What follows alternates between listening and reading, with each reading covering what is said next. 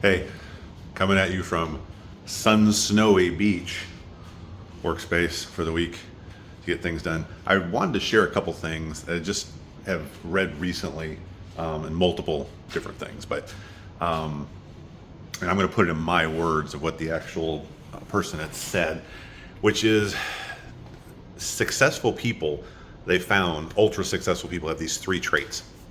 And again, my words, how I'm paraphrasing it. One is what I would say is a superiority complex, meaning they actually feel they should win. There's a deserving side of that that says I'm doing what needs to be done, so therefore I deserve to get what I'm going to get. Second thing is an inferiority complex. No matter how much I do, I never feel like I've done enough. No matter how much I've done, I don't feel like I've accomplished anything, and it all can go away tomorrow, and et cetera, et cetera, et cetera. The third thing was what I found the most interesting, and that is impulse control. And in America, that is what we would call discipline, lack of discipline, those type of things. If you look at our society as a whole, we are big on I want what I want and I want it now. We have a total microwave mentality. Some things that's good, some things that's not. So, but I think about that in our business and how that applies to people and what they do. And they tend to not have that impulse control when it comes to themselves, self-employed and all those good things. I see that in a lot of agents, and they try and validate it through things that seem to be good, seem to be the right thing to do, and all those things. I'm going to be very controversial here, so get ready. I think if you didn't have the ability, for me, to grow up in a farm community or grow up as a farmer, and you don't see the processes of nature and how things have to work and have to have we want the shortcut. The guy who's in the gym wants to get big tomorrow, so he takes steroids to speed up the natural process. It's a shortcut. It has side effects. It has all sorts of adverse effects on his body, even though he gets what he wants faster than everybody else, and everybody looks at him as a success because of what his body looks like. We do that in business a lot and tend to validate, my arm's getting tight here, sorry, tend to validate what we're doing through good things. It's that good to great principle as well. But if you don't put on the brakes and have the ability to say, well, my partner Corey has this he says, you have to realize how time works. That when you say yes to one thing, you're saying no to something else. There's only a finite amount of time in a day. So when you say yes to sleeping in, you're saying no to going to the gym that morning. When you say yes to eating the processed food, you're saying no to eating the stuff that you know is good for you. When you say yes to I'm going on the business trip, you're saying no to spending time with the kids and the family and all those things. That's where this comes in. I see the good of, well, I'm not going to be divorced and I'm not going to have my kids doing this. I'm not. And yes, there's a line. I get it. But just like I tell my clients, if you can put me off for a minute, 2 minutes, then 2 minutes becomes 5, then you can validate a half an hour, then that turns into half a day. And then pretty soon it's a day. Now you can, say, hey, you know what? I'm in business for myself. I like taking that time with the kids, and I need to work the morning. So I'm going to take the early afternoons. And now you validate the early afternoons. Then a couple times, the afternoons where you're having a really good time. So you know what? I'm just going to take the rest of the day off. And then one evening comes, you know what? I really work best on Tuesday, Wednesdays, and Thursdays anyway. So I'm not even going to work on Fridays and Mondays because I deserve that. I can do it. I'm self-employed. I can do what I want. And pretty soon, you're out of the business. You had good weeks in the past.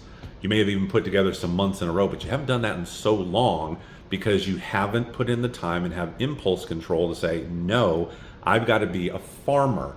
When it is planting season, now I know we have better equipment in the 21st century and lights and all that stuff, and farmers can literally work 24 hours a day when it is the planting season. But let's just go back to general, the bulk of society before electricity and all that stuff, and you had to go out. You're literally, as a farmer, you're ready, getting things prepped and everything else before the sun comes up. So as soon as daylight starts cracking, you're in that field. And you're in the field all day long, planting in order to make sure that your family's going to have a harvest. You go all day long. You probably don't take breaks for food. You don't take breaks for rest. You don't take breaks for anything until the sun goes down. You go in, you eat, you rest, and then you start the whole process over again tomorrow until you have your crop in the field. Now you've got some time, and it's the waiting period until the fall. Now, during the planting period, if my kid needs me, we're going to go ultra here. If it's life and death, I'm not even talking about that. That's common sense. I'm saying maybe instead of planting that day, I want to go to a sporting event. Maybe instead of planting that day, I'm going to go and take my wife out and we're going to go have a good time. Maybe instead of planting that day, I feel like I haven't seen everybody in a while and I'm going to go spend some time with friends and we're going to have a good time and all that stuff.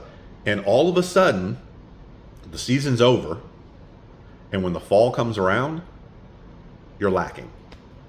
You may not have a harvest at all. And then you're out going, what did I do? What did I do? What did I do? And you chose what you got. Biblical principle, you harvest what you plant. Every time you harvest what you plant.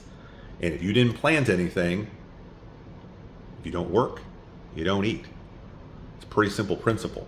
It applies to our business, and I get so many people and they don't have that third component. They may have a superiority complex thinking I'm the best one out there and I'm going to be good and I'm going to do what I need to do. And you know what? No matter how much I do, I don't feel like I've done enough and I need to do more and more and more and more. But they can't shut off that impulse control. And it may be something, as I said, as simple as, hey, I'm going to go spend time with the kids. I'm looking at the people that I know, that you know, the ultra public guys that own multiple companies or gazillionaires and all that stuff, and you look at where they spend time with their families.